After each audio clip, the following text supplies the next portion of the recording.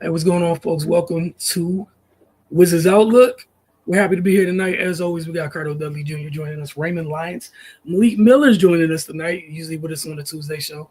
Joined us a few Wizards games back, but man, this is kind of the opposite what we were talking about just a couple nights ago. You know, it was a exciting finish, a whole bunch of emotions. This one, Toronto kind of went in the favor of a different route. We saw Lawson have a career night for the Raptors in this one.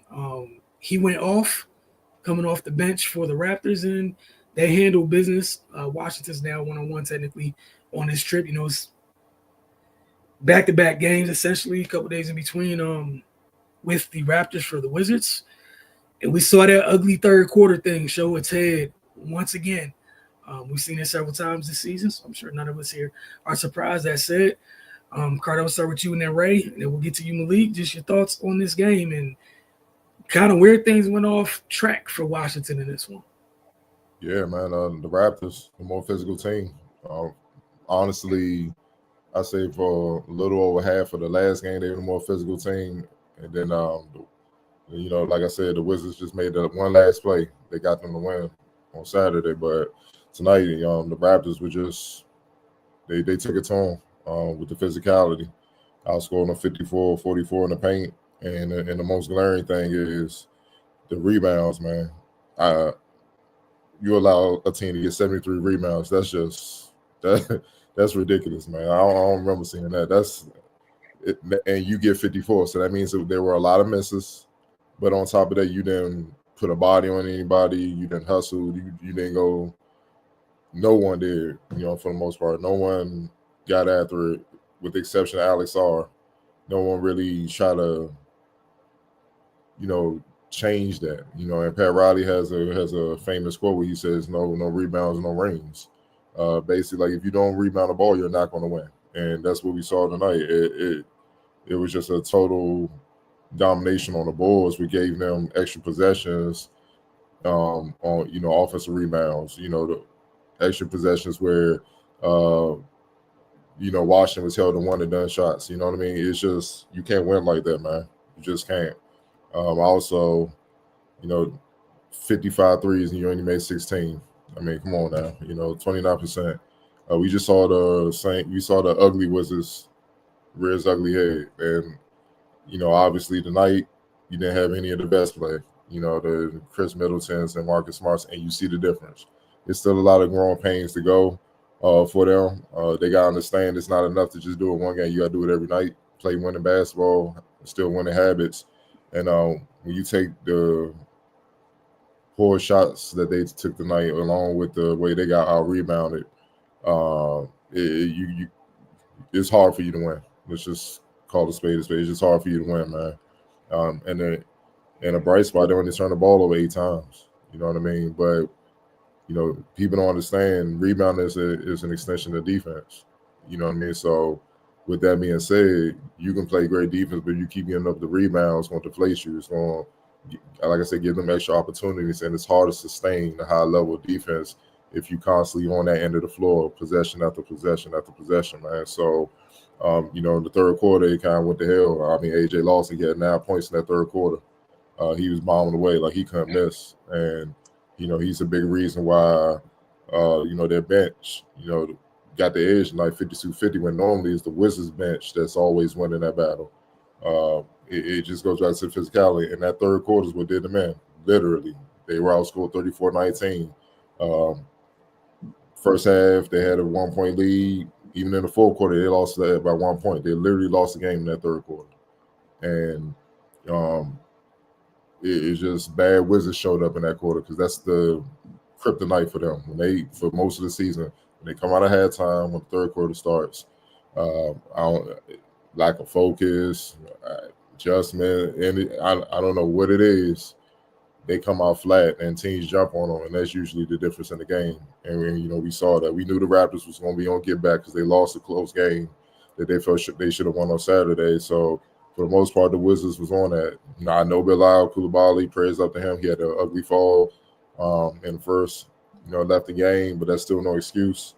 You still had enough, you know what I mean? Because if you was able to battle battled them to a 1 point lead at halftime, you still could have won this game. And then rebound in the fourth and only lose that quarter by one, you still had enough to win this game. So they were just a more physical team. The Raptors were, man, and they took it to them in many ways, and that's why they put out the win. Right. Yeah, that's 73 rebounds. That's nasty work, man. That immediately stood out to me. And just throughout the game, just as Cardell touched on, the Wizards not being able to finish off defensive possessions. And like they had 12 blocks as a team. How many of those did the Raptors get back and score off of? So I mean, that's something they definitely got to clean up. We're back to the third quarter woes, and I think that was definitely exacerbated by the vets not playing. They're usually able to steady the ship and keep up the level of play that they had in the first half. But yeah, it just wasn't there tonight. And it showed when the Raptors came out and made adjustments, and the Wizards weren't able to. And the shot selection again, uh, 16 to 55 from three. Like you got to go to Plan B at some point, man. It's not falling. It's not working. Um, the Raptors' physicality just wore on them. Raptors got to the line, the free throw line, twice as much as the Wizards did, and they out rebounded them by 18. Um, that's ball game, man. And yeah, they didn't have gaudy turnover numbers, but they gave the Raptors multiple shots at scoring, and they weren't able to turn them over as well. So I mean, it's cool that they didn't have a lot of turnovers, but you didn't capitalize on everything else that you were doing. So yeah, man, this is a bad one. But uh, just got to see if they're able to rebound. Malik, your take on this one?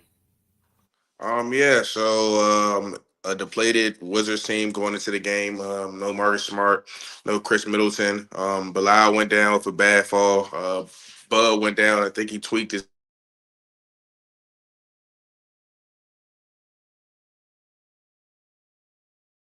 ankle. All right. Just jump in here real quick.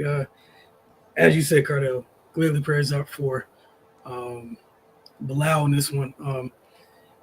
I'm still stuck on the 28 offensive rebounds. Like that's something I'm having issues getting past, man. Like 28 offensive rebounds is nuts.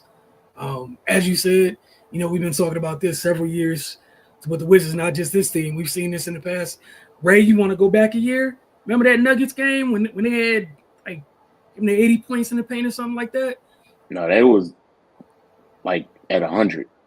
Damn near. It was absurd. And again, Cardell, you said it. Obviously, I don't think it even something that can be argued. You can't end a possession until you leave with the ball. It's not over, man. Like it's legitimately just not over. And it seems something so fundamentally, something so fundamental and something to overlook. But bro, if you can't end a possession, think about what that means for the offense. It means it doesn't end for them at all. That's multiple opportunities, and that is beyond deflating. Um, like think about that. You play 22 seconds of good defense. Ball goes up, hits the iron, they get it back. They take another tough shot. They get it back. It repeats itself several more times. At some point, you have to want to go make that stop. But Malik, I'm gonna hand it back to you real quick. Yeah, absolutely. Marcus Smart didn't play. Chris Middleton didn't play. Bi went down with a injury, and so did Bud. They just had a lot of guys tonight that just weren't ready to be the team that was hungry in the Raptors. Being a team that lost the other night on a bad call. Being a team that just wanted to out rebound and hustle more than those guys tonight. Like everybody already mentioned, 15 plus more rebounds than the other team than the Wizards tonight. Three starters for the Raptors had 10 plus rebounds. Shout out to AJ Lawson. He had 30 points to go along with 12 rebounds. He averages 1.3 rebounds a game. So just not being the more hungry team tonight, the team that deserves to win. They just weren't able to get their job done today. It also goes with the leadership that they lacked, like everyone already said. the Wizards, they got a lot of young guys. They're really looking to figure it out. Jordan Poole didn't have 23 plus points tonight, so we really can't expect him to win games when the guy that's bought there to score points can't score points. Keyshawn George played a lot today. He made 4 shots, but when the guys you looking to score and be great guys, Alex Sarr not doing what they need to do, they can't win games.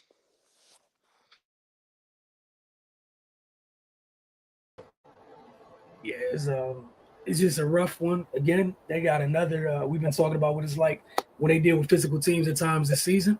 It doesn't get any easier. Then they got Detroit tomorrow night. Um, again, we talk about physical teams, right?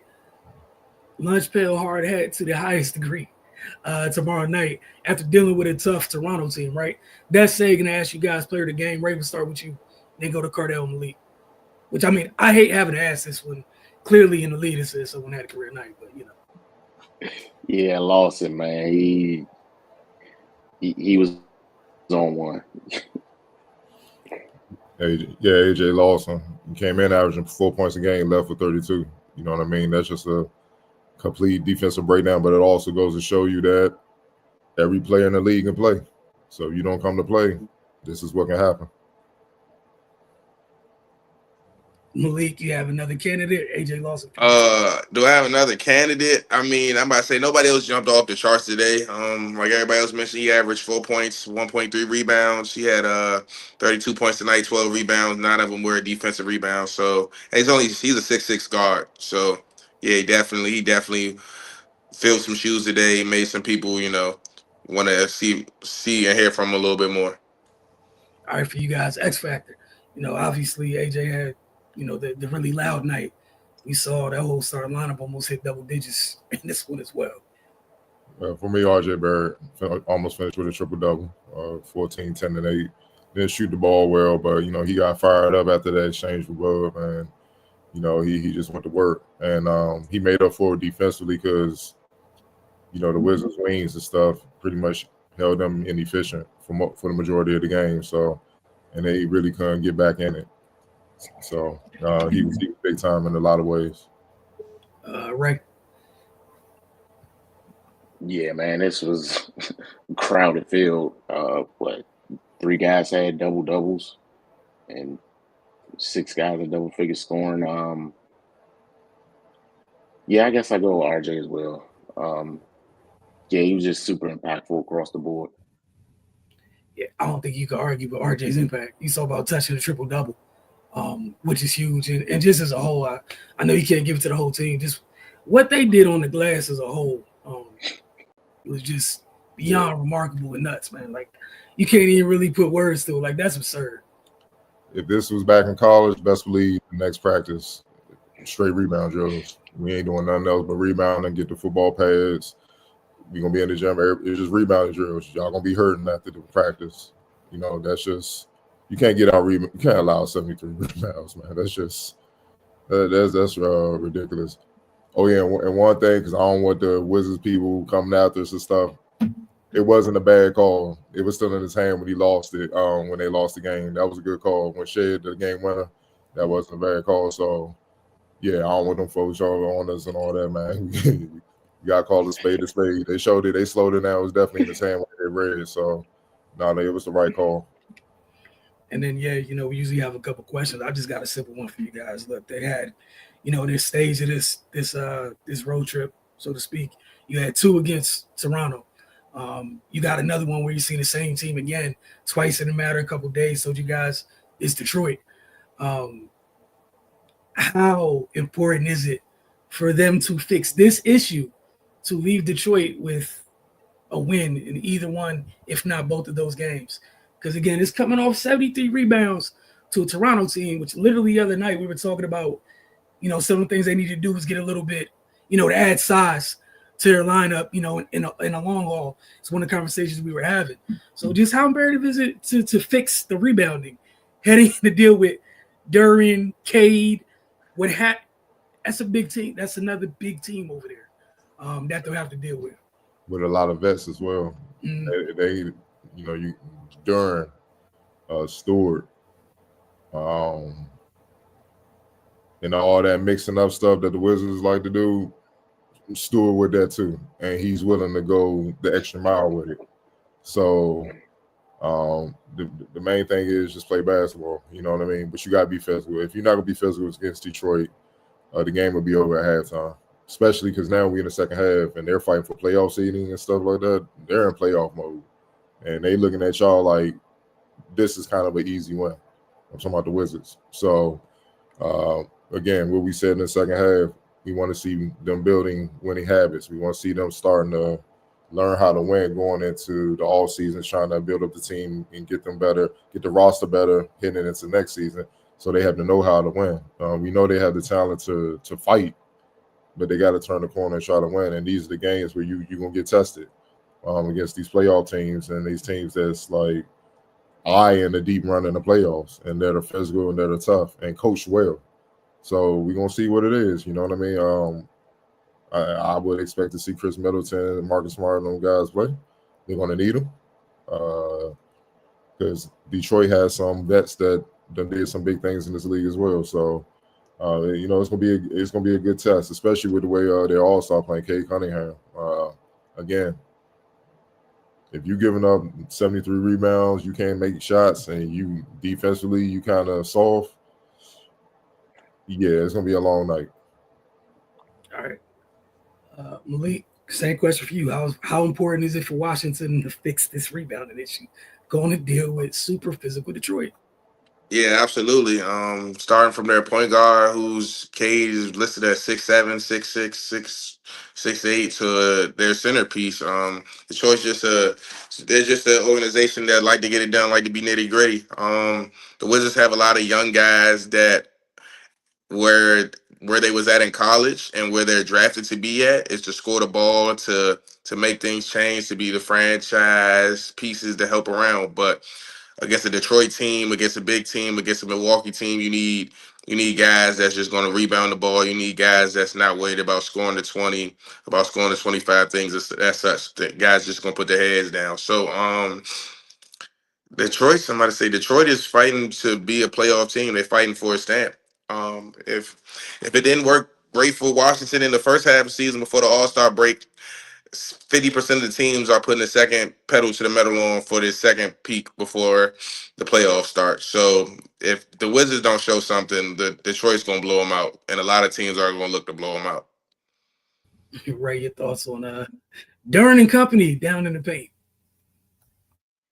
Yeah, I mean that's going to decide the game. They got to meet force with force, and if they don't, Detroit is just going to steamroll them. And I mean, it is what it is. That's that's a staple of that team. They're gritty. They have size, and they pound you. So yeah, man, if they do anything close, if the Wizards do anything close to what they did tonight, it's going to be ugly. Yeah, well, we're gonna see how they fare. They be straight back to back, and then they got a day between. Go ahead, Cardell. Just real quick, Detroit ranks 9th in the NBA in rebounding, 45.2. 10th in defensive rebounding, 10th in offensive rebounding, and also 11th in the league in points per game, 114. So they're well balanced. It's not just the defense. They're 15th in opponents' points per game, giving up 113. Their pace is 7th, so they get up and down the floor and they have a balanced attack. That's why they're good. Defensive rating, they're 10th in the league, 112.4. Wizards got to come to play. There's a reason why things have been turned around, man. And they give it to you every which way possible on both ends. So yeah, they come out with the effort they did tonight.